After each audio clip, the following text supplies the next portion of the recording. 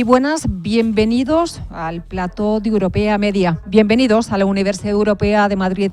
Estamos con los alumnos de audiovisual, que están liderados por el profesor Javier Pérez, y también estamos con otros alumnos de Relaciones Internacionales. Hoy lo que vamos a hacer es un programa especial sobre Gaza e Israel. Hoy es 15 de diciembre y justo hoy se cumplen 70 días del ataque de Hamás. Tenemos que volver al 7 de octubre, cuando Hamás mata a 300 personas, hiere también a miles de ellas en Israel. Todos estaban disfrutando de un concierto. El ataque se producía cuando se cumplían 50 años en los que los estados árabes habían atacado a Israel. Era el Yom Kippur, era 1973 y era el día más sagrado del calendario judío. Al día siguiente, es decir, el 8 de octubre, el primer ministro israelí dice que este país está en guerra. Es así como nosotros hoy queremos analizar este papel de todo lo que ha acontecido durante estos 70 días. Tenemos la gran suerte de contar con expertos en esta materia. Contamos con la profesora titular de Relaciones Internacionales, Julieta Espín. Muy buenas, Julieta. Buenos días. Y también muy buenas al catedrático en Política y Comunicación Internacional, José María Peredo. ¿Qué tal, Rosa? Encantado. Bueno, pues como decimos, hoy también es un día especial. Es un día especial porque van a ser los alumnos los que pregunten y cuestionen a sus profesores. En la mesa, acompañando a los profesores, se encuentra Fátima López. Muy buenas. Muy buenas. Al igual que Ángel Castrillo, muy buenas. Muy buenas. Y Rocío Iglesias. Muy buenas. Muy buenas. Más tarde daremos paso a los alumnos que nos están, están viendo y están observando este programa en directo. Este programa, Gaza e Israel. Cuando queráis podéis empezar, alumnos. En vista de la radicalización que está habiendo actualmente con el conflicto, de que no cesan los ataques, que continúan las violaciones de derechos humanos y que encontramos crisis de rehenes, ¿cómo valoran ustedes el impacto que está teniendo la escalada de violencia en Gaza? Bueno, pues buenos días, encantado de participar en este programa. Se tiene que valorar desde un punto de vista de una enorme preocupación, decepción, en primer lugar, por lo que significan, como decía Rosa, estos 70 días de un conflicto abierto, radicalizado y produciendo víctimas de distinto signo y además civiles en buena parte de los casos, tanto en el ataque originario y motivador de esta circunstancia que fue el de Hamás, el brutal atentado y ataque de Hamás a Israel, como después en la extralimitación de la acción de defensa o de respuesta, mejor dicho, del ejército israelí, ¿no? Ha habido algunos momentos que se ha podido ver una cierta luz al final del túnel, en el sentido de, o no al final, pero una cierta luz con esos parones humanitarios, uno que ha habido para el intercambio de rehenes, y desde luego yo creo que también ha significado, por una parte, una respuesta a nivel internacional de manera muy firme, en torno a la legitimidad de la respuesta israelí a la vista de la condena unánime del ataque terrorista, y en segundo lugar ha habido también una importante presión a nivel internacional, empezando por los propios Estados Unidos, para que Israel se ajustara a una respuesta, controlada o más controlada y, en cualquier caso, con sentido más humanitario. Esa sería mi primera valoración, pero seguro que habrá mucho más. No sé qué tiene que decir mi colega Julieta Espín. Muchas gracias por la invitación, profesor Peredo, a este debate. Encantada de estar aquí. Efectivamente, comparto estas primeras impresiones, no son halagüeñas, ¿no? Las próximas semanas no nos espera cambios positivos en el conflicto. En realidad, hay pocas esperanzas de que pueda haber una nueva tregua, ¿no?, para intercambiar rehenes. Parece ser que no solamente Hamás, sino Israel, no hay una necesidad urgente, ¿no?, de comenzar una segunda tregua, y esto pues no puede traer más más víctimas, ¿no? Tanto militares como civiles, que es la mayoría de las víctimas en ambos lados, ¿no? Víctimas civiles en estos 70 días de conflicto. Sí, en cuanto a lo que mencionabais, la capacidad de Netanyahu como promotor de a lo mejor una tregua o algún tipo de acuerdo como los que negoció en el caso de los acuerdos de Abraham con Estados Unidos y otros países, su capacidad de negociación con Arabia Saudí, estados que son tradicionalmente, ¿no?, como rivales, ¿usted cree, y usted también, que puede haber un tipo de acuerdo con Palestina, con el grupo terrorista Hamas? También la capacidad de Abbas, en ese sentido, es dudable, ¿no?, porque tiene unos objetivos muy claros, Netanyahu tiene otros. Entonces, ¿cuál es la valoración que realizáis vosotros al respecto? Bueno, yo creo que es una pregunta un poquito, a lo mejor, amplia en el sentido es decir, ¿cómo empezar el proceso de paz, ¿no? Eso sería a lo mejor el proceso de negociación, ¿no?, de final de... Bueno, si la pregunta es Netanyahu, mi respuesta es que Netanyahu lo tiene muy difícil, porque la situación pues ha llegado a un punto en el cual pues el principal responsable de la respuesta es Netanyahu, y también a lo mejor pues ha sido parte del problema, quizá, en estos últimos años con determinadas políticas en las que luego entraremos. Si la pregunta va más a cómo se puede empezar, ¿no?, un proceso de negociación, bueno, pues yo diría ahí lo primero que la negociación es un proceso muy lento, que empieza de manera muy, digamos, pequeña y que va creciendo paso a paso. Y por consiguiente yo considero que la manera de empezar tiene que ver mucho con estos parones humanitarios y con estas treguas, y a partir de ahí iniciar el proceso de negociación. Por tanto, en primer lugar, entre la Autoridad Nacional Palestina, el gobierno o lo que quede de él de Gaza y el gobierno israelí, ¿no? Más allá de eso, creo que hay suficiente tiempo en el programa para hablar de ello. ¿Tiene capacidad Israel de negociar? Evidentemente sí, capacidad tiene, por cuanto, por lo que ha señalado, ha tenido capacidad de negociar con otros países, no esos acuerdos Abraham, que son muy recientes, sino, por ejemplo, procesos de paz como Egipto, ¿no?, en el Camp David. Otra cosa es que tenga la voluntad, pero capacidad evidentemente sí. Sí, comparto la opinión. A lo mejor habría que centrarse en la capacidad que tienen los actores actuales, ¿no? Como bien mencionabas, a Netanyahu, que ya incluso antes del 7 de septiembre estaba muy desprestigiado. La polarización de la sociedad israelí ha ido increciendo en los últimos años, ¿no?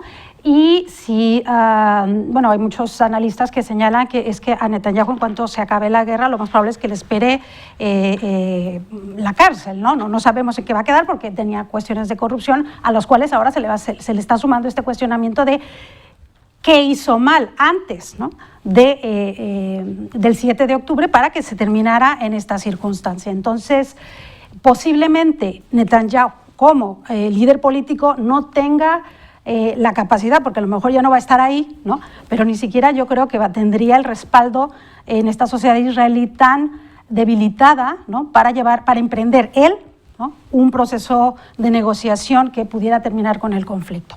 Eso por un lado.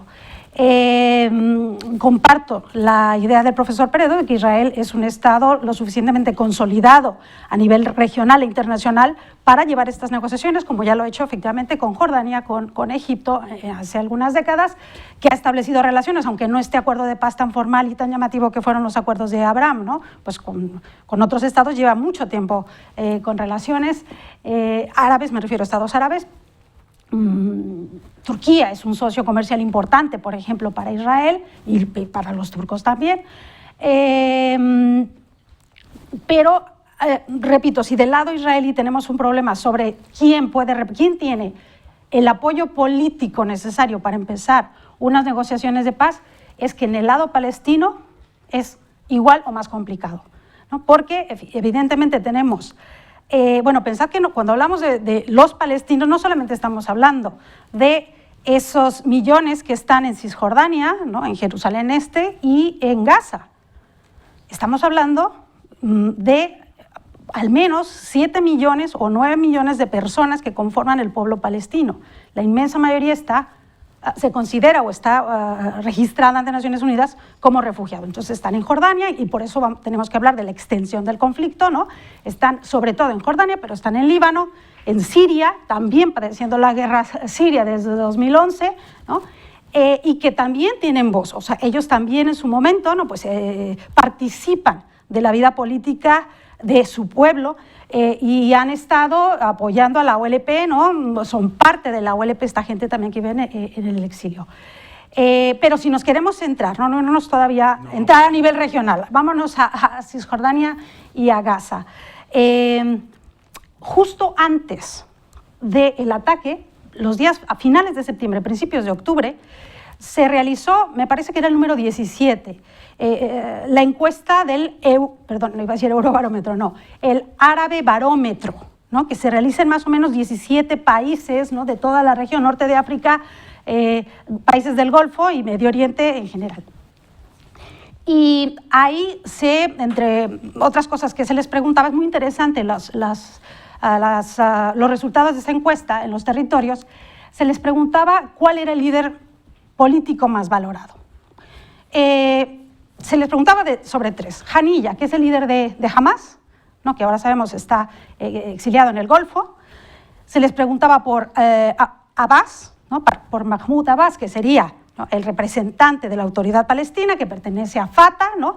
El grupo líder de la OLP. Recordemos, la OLP se funda en los años 60, es un conglomerado de muchos movimientos, de muchos grupos, ¿no? De distintas tendencias políticas que tienen en su conjunto el objetivo de liberar Palestina, ¿no? O así se presentaba en estos primeros momentos. Y luego tenemos un tercer líder que es en realidad el más valorado, que algunos, bueno, se ha hecho una campaña un poco para liberarlo porque lleva más de 20 años encarcelado en cárceles israelíes, le llaman el Mandela palestino. Bueno, yo no sé si podría llamarlo llamarlo así, ¿no? También es parte de esta campaña mediática para pedir su liberación. A él se le conoce como un líder, ¿no? Posiblemente, y así lo demuestra el Eurobarómetro, el líder más valorado dentro de los territorios. El tercero, el peor valorado, Abbas.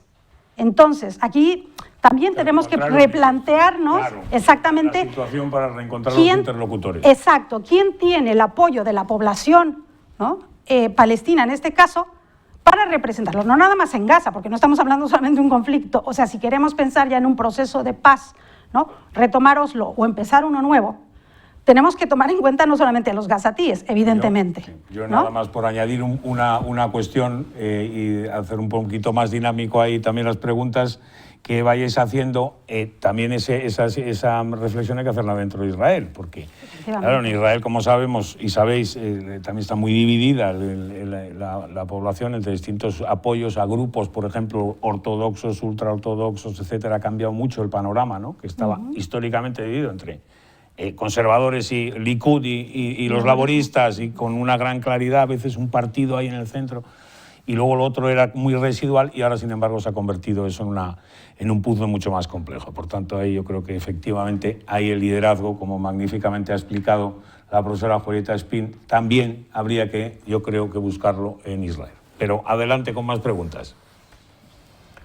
Retomando, prosiguiendo un poco con el tema de los procesos de paz, ¿creen que los acuerdos y procesos de paz formales, como fue el de Oslo, serían una solución plausible para este conflicto, al tratarse de una guerra asimétrica? Bueno, el proceso de Oslo yo creo que es un poco difícil de recuperar, aunque es el fundamento, ¿no?, que tenemos ahí para la palabra esa cuadrada y redonda de Oslo, que es una palabra absolutamente simbólica para este conflicto y que representó un momento histórico muy importante con el asesinato de Isaac Rabin, que era el promotor o uno de los promotores de aquel proceso, y una de esas figuras a las que se ha referido Julieta Espín desde el punto de vista histórico, que de alguna manera representaba la parte o los sectores más propicios a la negociación y a los pasos hacia adelante en el reconocimiento del Estado palestino. De hecho, la Autoridad Nacional Palestina es la creación de la autoridad, el reconocimiento de la autoridad es una consecuencia del proceso de Oslo, por lo tanto, bueno, ahí está, evidentemente, ¿no? ¿En qué términos? Pues claro, ha cambiado el mundo mucho desde que se produjo en los años 90 el proceso de Oslo, ¿no? Ha cambiado un montón. Entonces, en primer lugar, la situación de Israel con respecto a su entorno de países árabes y regionales, pues ha sido hasta este momento, o era en este momento, más favorable, ¿no?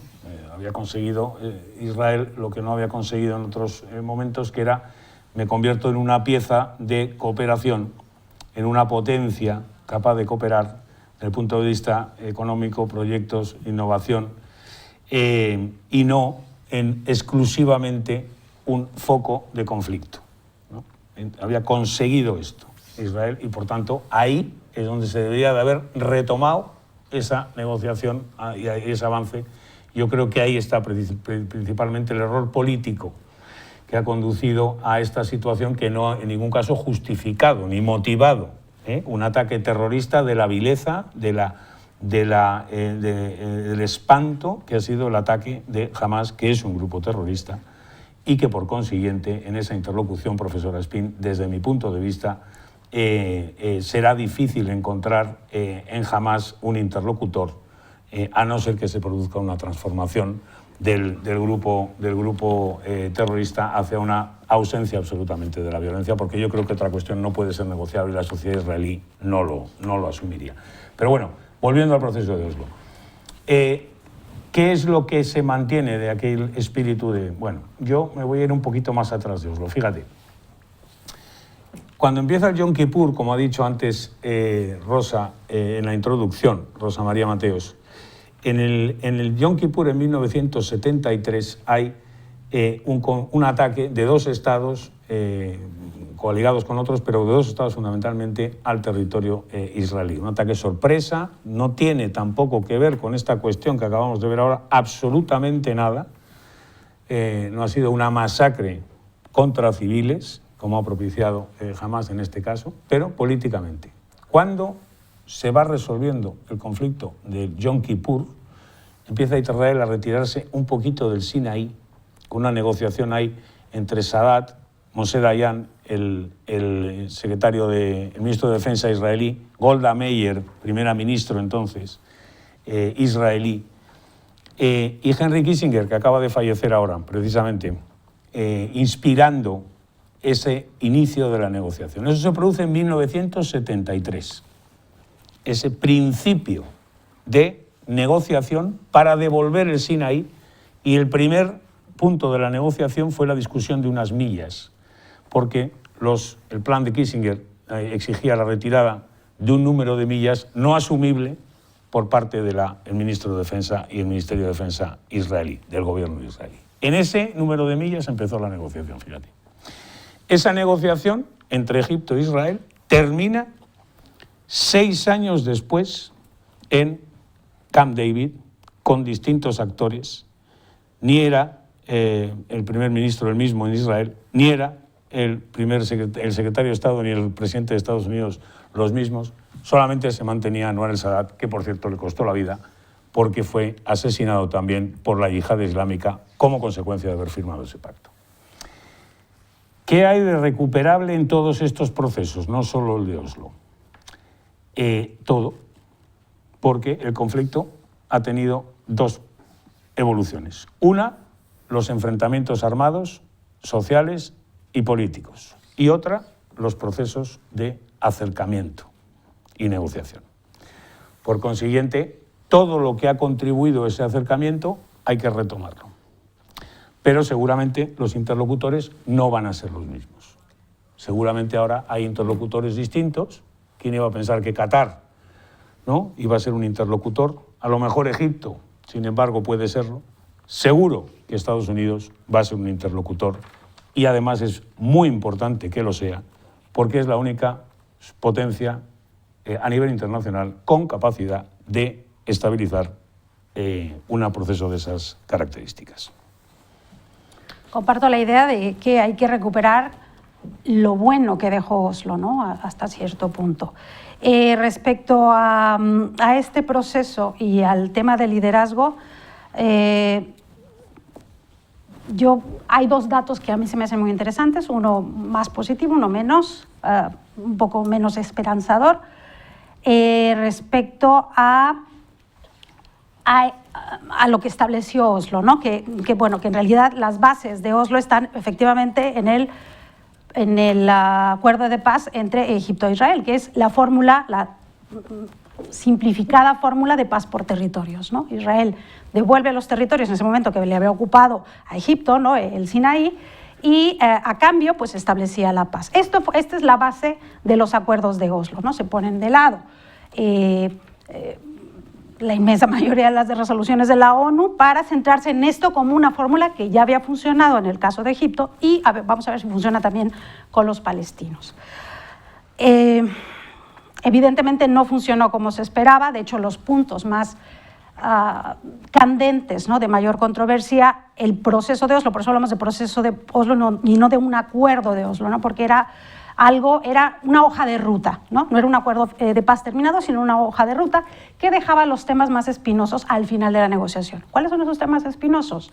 El tema de las fronteras, por ejemplo, ¿no? En realidad, los palestinos esperaban como conclusión, ¿no? La creación de su propio Estado. Eso era tema a discutir al final, ¿vale? El tema, por ejemplo, de Jerusalén, que va a pasar, ¿no? Que sabemos, bueno, Jerusalén en el plan de partición era un territorio que sería pues, administrado por la propia Naciones Unidas y demás, una ciudad internacional, que Israel a partir del 67 ocupa y que luego unilateralmente anexa, ¿no? Entonces, ¿qué va a pasar con Jerusalén? ¿Qué va a pasar?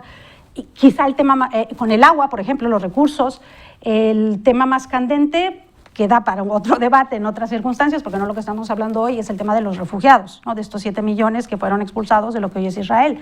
Pero sobre esto, justo también en este Arabarómetro que sale, perdón, que sale pocos días después del ataque, pero que está basado en estas entrevistas que se hicieron un poquito antes, pero unos días, 2 días antes se terminaron en los territorios, la inmensa mayoría de los gazatíes y de los cisjordanos, es decir, de los palestinos en los territorios ocupados, después de todos estos años de estancamiento, de bloqueo de Gaza desde 2007, de estos ataques, estas respuestas israelíes a los ataques de Gaza, ¿no? Estos intercambios que ha habido, incursiones israelíes además, el 70% de los gazatíes, creo que el 73%, seguían apostando por la solución pacífica del conflicto a través de un acuerdo con Israel. Y de ese 73%, la mayoría seguía apostando por la solución de los 2 estados.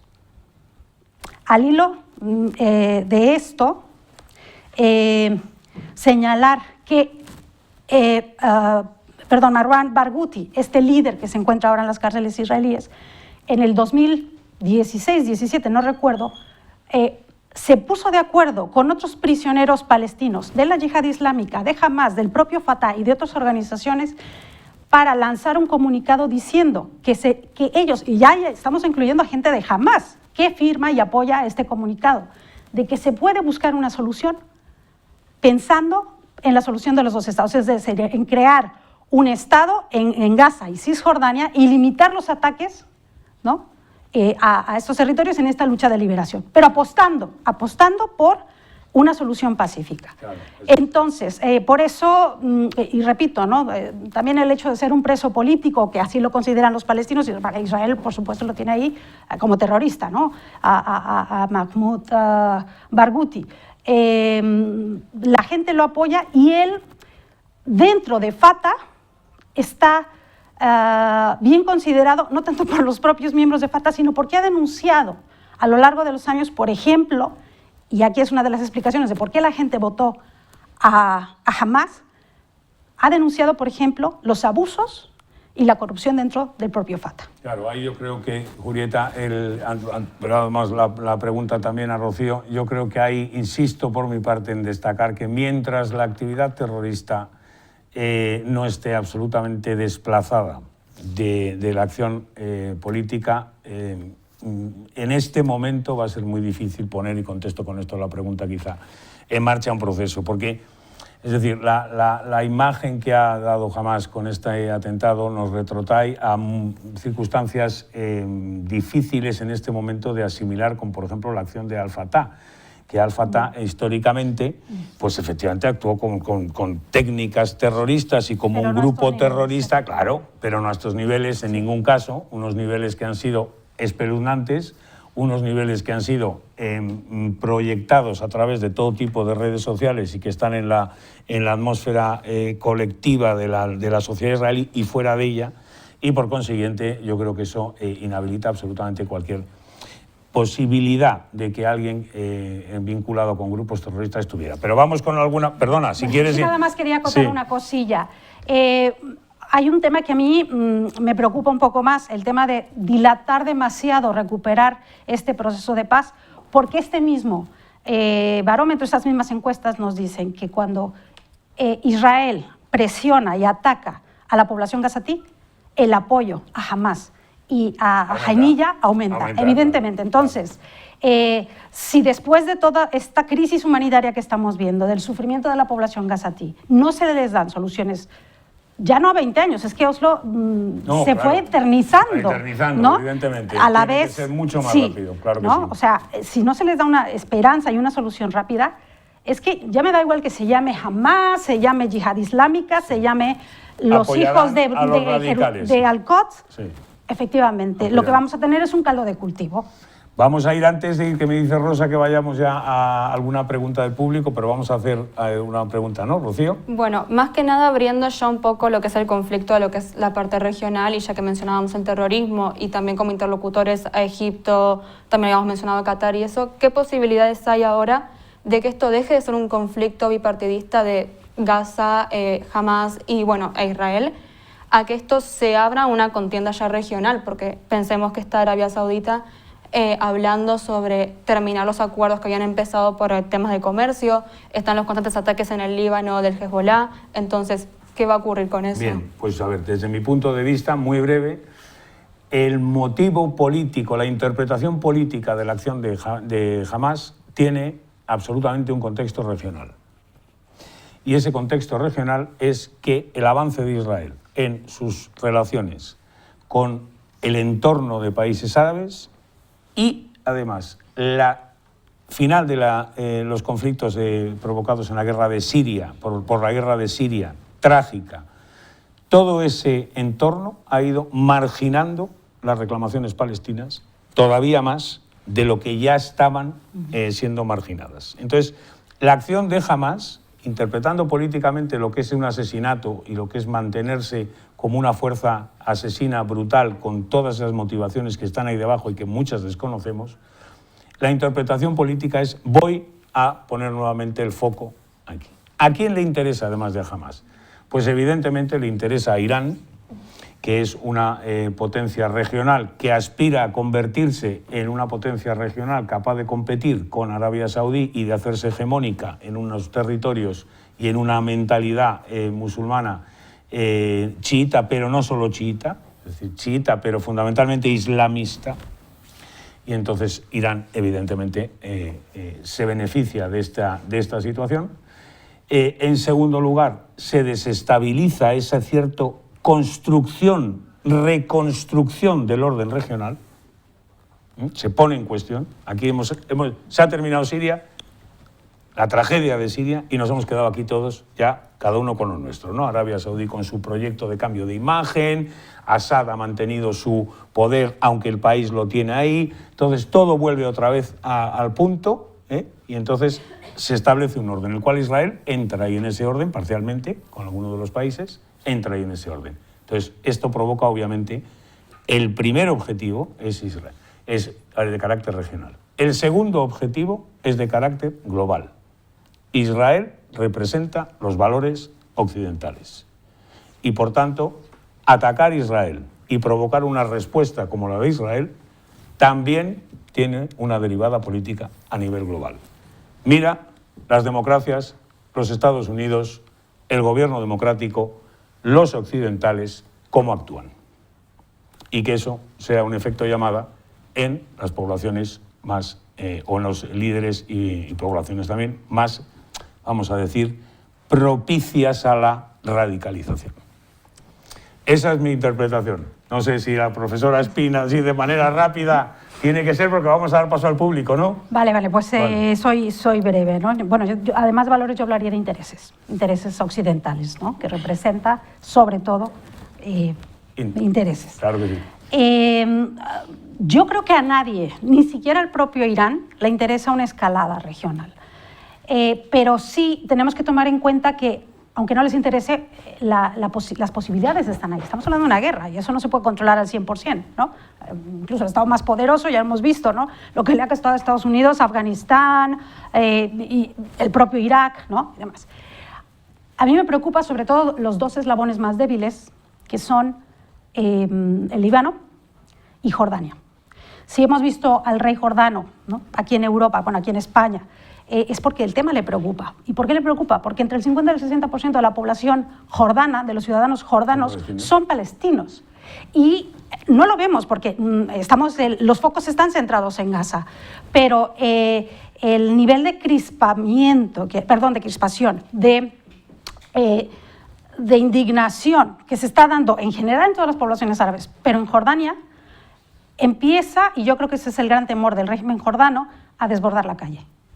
Ellos ya en los años 70 subieron el Septiembre Negro, ¿no? Estas milicias palestinas luchando contra el ejército jordano, y ya saben lo que hay, ¿no? Entonces, y por supuesto en el caso del Líbano con Hezbollah, ¿no? Y tenemos otro foco, otros riesgos que pueden desmadrar, que salgan, ¿no? De cauce este conflicto. Claro que sí. Pues vamos a seguir hablando de este conflicto, evidentemente. Y eso sí, ahora vamos a pasar, a nuestros alumnos del público y va a empezar hablando Carolina. Os pido una cosa, que las preguntas sean breves, pero por favor, las respuestas tienen que serlo un poco más breves porque vamos un poco, mal de tiempo. Carolina, adelante. Hola, mi pregunta iba relacionada con cómo afecta esa influencia de la desinformación en relación con la opinión pública de lo que comentaba el profesor Peredo en relación a, al final, esos valores que se están trasladando de Occidente y también en relación al conflicto en sí mismo. Bueno, la opinión pública es muy sensible al conflicto. La opinión pública internacional, vamos a hablar así, es muy difícil luego de definir lo que es la opinión pública internacional, pero vamos a hablar así. La opinión pública internacional es muy sensible al conflicto entre Israel y Palestina. Hay otros conflictos y otros estallidos de violencia en los cuales no se produce la respuesta a esta circunstancia. ¿Por qué razones? Pues razones de carácter histórico. Por ejemplo, el hecho de que haya medios de comunicación establecidos con corresponsalías y demás en el territorio, la existencia de ese conflicto en distintos momentos o la activación de ese conflicto en distintos momentos es otra. La implicación que tiene Estados Unidos en él y por tanto es una zona de alto interés para Estados Unidos es otra. Evidentemente, una zona como Oriente Medio, que ha sido la proveedora de materias energéticas fundamental, como ha sido el petróleo, pues es otra de las muchas interpretaciones o argumentos para que eso sea un foco siempre de interés informativo. Yo insisto que en este momento vivimos el conflicto desde el punto de vista informativo en otra dimensión. Ha dado un salto de dimensión también la propaganda. Uno, se ha llegado a un punto en el cual el propio gobierno israelí, los militares, el ejército israelí, la propia Hamas hacen una serie de acciones de información que exceden lo que se ha hecho hasta ahora. Desde los comunicados oficiales y la presencia del ejército hablando o de los portavoces de Hamas y la escenificación de los bombardeos, etc., van un paso más allá. Pero, además de eso, hay un paso más allá que son las imágenes que se graban de lo que va aconteciendo. Y entonces eso está teniendo un impacto extraordinario en la opinión pública internacional. Y después, además, y con esto concluyo, hay una toma de partido de la opinión pública internacional. Es decir, la opinión pública internacional no solamente es que ve atónito esto y responde, sino que ya previamente, históricamente, está dividida, como yo soy más pro-israelí, más pro-palestino. Una cuestión que en otro conflicto dirías, pero ¿cómo es posible esa cuestión, no? Pues sí, se ha ido manteniendo. Tiene que ver con muchos factores. Tiene que ver con factores políticos y de proximidad, tiene que ver con factores de cuándo se han ido produciendo los conflictos, la Guerra Fría, tiene que ver con la presencia, insisto, de Estados Unidos siempre como objetivo en el trasfondo de las acciones de rivales de los Estados Unidos y sus aliados en la región. Por tanto, creo que lo que se habría que, en ese sentido, el mensaje que habría que dar es la opinión pública tiene que servir como una fuerza de expresión también de empujar hacia algún tipo de decisión. Y ese tipo de decisión no puede ser la prolongación del conflicto, la utilización de la violencia, la utilización de recursos terroristas, el alzamiento, la regionalización. Y por consiguiente ahí hay que hacer un esfuerzo también de trasladar a la opinión pública esos mensajes de las vías de encontrar puntos de negociación. Pero, obviamente, lo que se está produciendo es una guerra y eso no se puede ocultar. Y se está produciendo muertes de civiles y eso no se puede ocultar. Y entonces, ese es otro factor que está informativamente presente. Nada que agregar. Nada Yo que... creo que el experto en temas En de comunicación... Bueno, pues vamos a continuar con la última pregunta de un alumno también del público. Adelante. Bueno, primero que nada, muchísimas gracias por sus intervenciones. Mi pregunta es la siguiente. Tomando en cuenta la reacción de Israel contra Palestina y, como lo mencionó la profesora Julieta, ese eslabón débil que es el Líbano, ¿qué opinan ustedes sobre el uso de fósforo blanco que está prohibido por el Protocolo III de la Convención de Armas Convencionales de 1980 y que se ha visto implementado sobre la población civil libanesa en la zona sur del Líbano? Bueno, pues evidentemente la respuesta tiene que ser que lo que opinamos es nuestro más profundo rechazo a que se utilicen armamento no permitido y que sea contra la población civil. O sea que la pregunta tendrá que llevar la profesora Espín, seguro que la amplía de otra manera, porque la respuesta en ese sentido, quiero decirle al estudiante con todo cariño, que es muy sencilla. Los 5 que estamos aquí rechazamos la utilización de ese tipo de armamento o cualquier otro que vaya contra la población civil y encima sea ilegal. Efectivamente, yo creo que en cualquier conflicto no podemos obviar al derecho internacional, ¿no? Evidentemente tiene que ver con esto. Las críticas que se le hacen a Israel es precisamente el no haber cumplido, no estar cumpliendo con el derecho humanitario. Igual como se le critica eso, una de las principales críticas que se le hace es evidentemente el tema de la proporcionalidad en su respuesta y el tema de las violaciones al derecho humanitario. Por supuesto, se tiene que incluir de manera clara la condena al uso de este tipo de armamento. Volvemos de nuevo a la mesa porque yo creo que ahí sí, ya tenemos la última pregunta. Fátima. Centrándonos un poco más ahora en Occidente, ¿creen que, retomando las palabras de anteayer de la BBC sobre el nuevo supuesto eje del mal que incluiría a Rusia, Irán y China, ¿creen que Occidente está realmente preparado para hacer frente a la expansión de este nuevo eje del mal?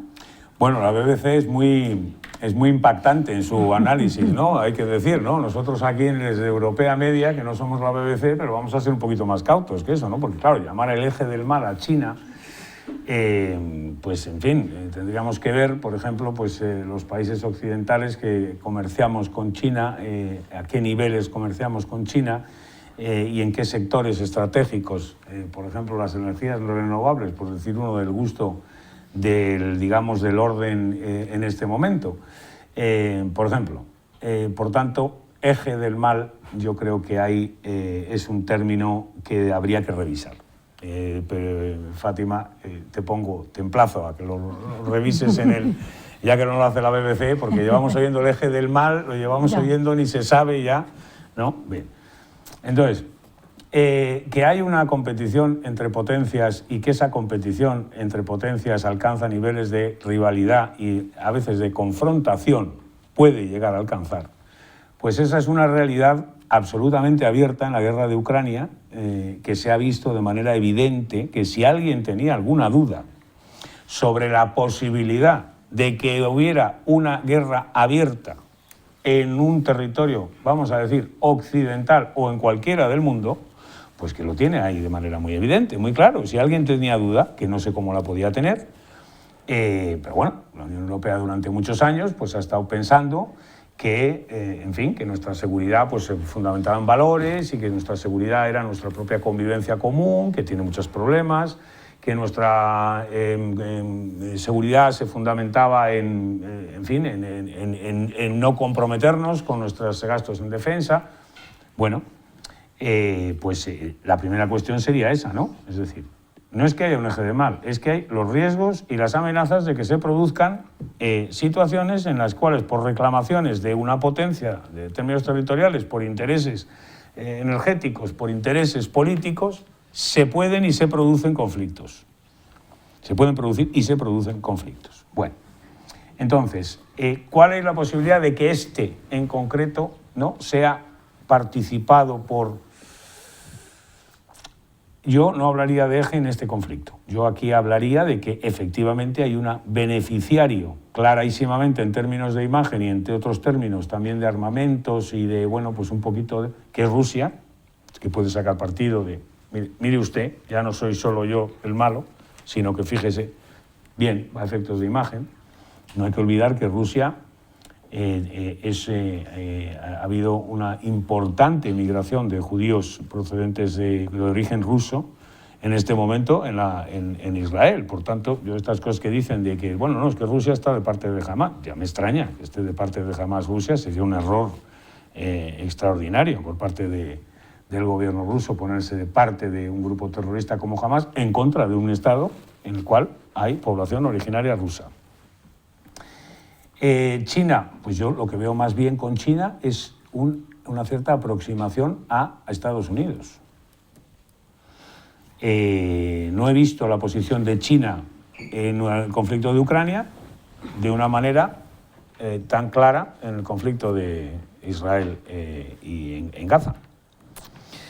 Por tanto, no sé si se puede hablar de eje. Irán, desde luego, está en el camino equivocado de hacia donde el orden internacional debe de ir. Eso creo que es un lugar común que podemos compartir con la BBC, desde luego. Sí, yo creo que es tratar de simplificar, ¿no?, cuestiones tan complejas como es desde el realismo político, ¿no?, la lucha de poder de las potencias tradicionales, ¿no? Que no es el primero, ¿no? Recordemos el eje, ¿no?, las potencias aliadas contra el eje Berlín-Roma-Tokio, que después Bush, ¿no?, va a rescatar cuando hable del eje del mal, pues ahora, o este nuevo eje del mal. Yo creo que es tratar de simplificar problemas tan complejos, donde hay tantos intereses desde diferentes perspectivas, que yo no creo que termine por cuajar este nuevo eje, ¿no?, como tal, explicándolo como tal. Pues Rosa. Pues ya han escuchado, son 70 días de guerra, 70 días de conflicto, y lo cierto es que podemos concluir diciendo que la preocupación y el pesimismo es lo que impera, al igual que comenzamos este debate. Nosotros nos tenemos que despedir.